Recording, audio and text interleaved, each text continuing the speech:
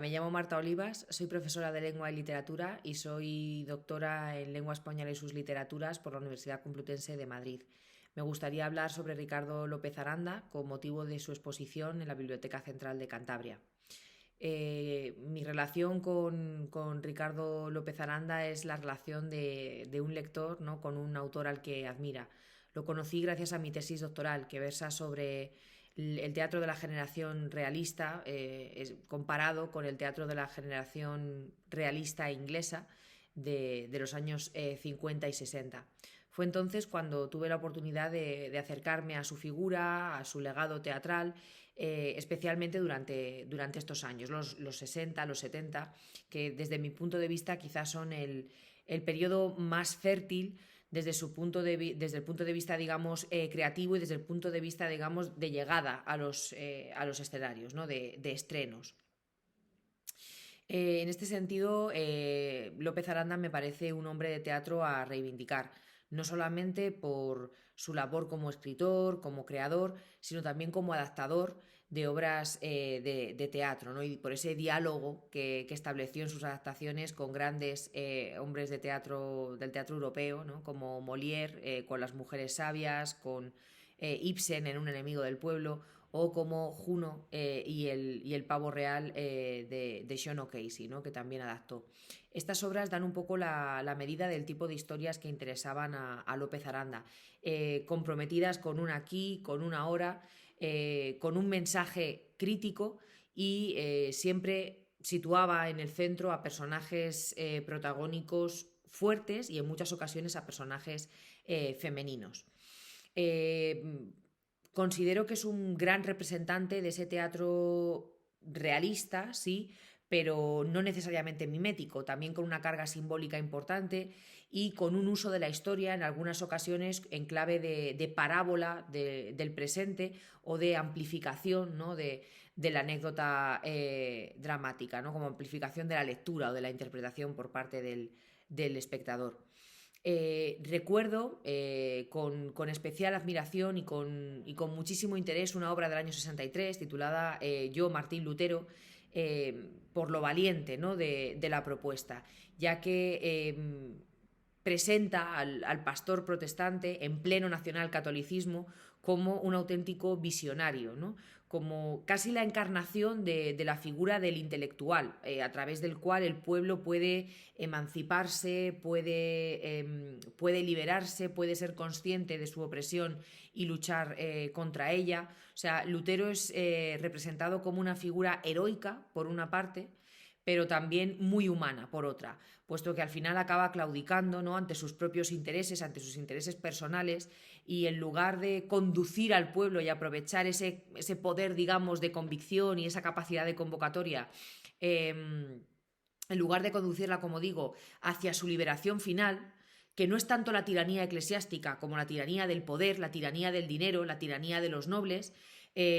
pues decide no hacerlo, ¿no? Y por cobardía y por miedo y por, bueno, pues por sus propios intereses personales no lleva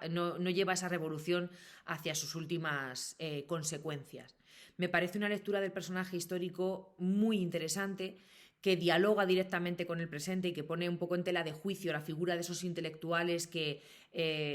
a veces pues espolean revoluciones que ellos no están dispuestos a llevar a término o que se quedan un poco a medio gas y que ponen sus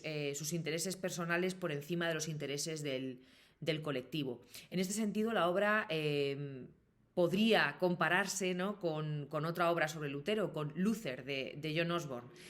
La de John Osborne es una obra que hace una lectura del personaje semejante y que precisamente hoy en día dentro del teatro inglés es considerada pues una de las obras fundamentales, ¿no?, del medio siglo. En este sentido podríamos aprender algo de nuestros colegas ingleses y reivindicar a López Aranda, que tiene obras tan interesantes como esta, ¿no? En Yo Martín Lutero se ve especialmente la humanidad, ¿no?, con la que el autor impregna a todos sus personajes, en lo bueno y en lo malo, ¿no? Son personajes muy humanos en lo que tienen, digamos, de ejemplares, si queremos, o o de heroicos o de inteligentes, pero también son humanos lo que tienen de mezquinos, de cobardes, de imperfectos, ¿no? Bajo mi punto de vista, muy, muy interesante cómo él es capaz de contraponer, ¿no?, esos dos lados de la naturaleza humana. Se ve también muy bien en Isabelita la Miracielos, ¿no? Es una obra estrenada en el año 78, donde se contraponen también esos dos modelos, ¿no?, de humanidad a través, en este caso, de dos personajes, y donde nos volvemos a enfrentar de nuevo a esa dicotomía, ¿no?, a un personaje que tiene que escoger entre lo correcto y entre proteger, cuidar y ayudar a quien más lo necesita y a quien más desvalido está, que en este caso es Isabelita, y a través de esa ayuda redimirse, o escoger, por otro lado, la vía del poder, la vía del dinero, la vía de la corrupción moral, si queremos, y acaba finalmente venciendo esta última. No es un conflicto como que se repite. El teatro de López Aranda, si tuviera que resumirlo, ¿no?, con algún aforismo, sería un teatro contra el miedo, ¿no? Precisamente en Isabelita la Miracielos se habla de que el miedo somos nosotros mismos. Y yo creo que él, en muchas de sus obras, en Cerca de las Estrellas, en Martín Lutero o en Isabelita, de alguna manera traslada este mensaje, ¿no? Como para superarnos, para mejorarnos, para cambiar el estado de cosas, necesitamos luchar contra esa parte de nosotros mismos que nos impide hacerlo, ¿no? Contra ese miedo al poder, contra ese miedo a perder una posición, o contra ese miedo a mirar a la cara, ¿no?, a aquellos que de alguna manera nos ponen freno. Yo espero que esta exposición sirva para reivindicar a un hombre de teatro que nos lanza este mensaje tan poderoso, además en un momento donde no era nada fácil hacerlo, y que después, con la llegada de la democracia, no encontró quizá el reconocimiento y el lugar en los escenarios que creo que merece. Así que, bueno, les animo a todos a ir a ver la exposición y acercarse sobre todo a esas obras teatrales, poéticas del autor. Muchas gracias.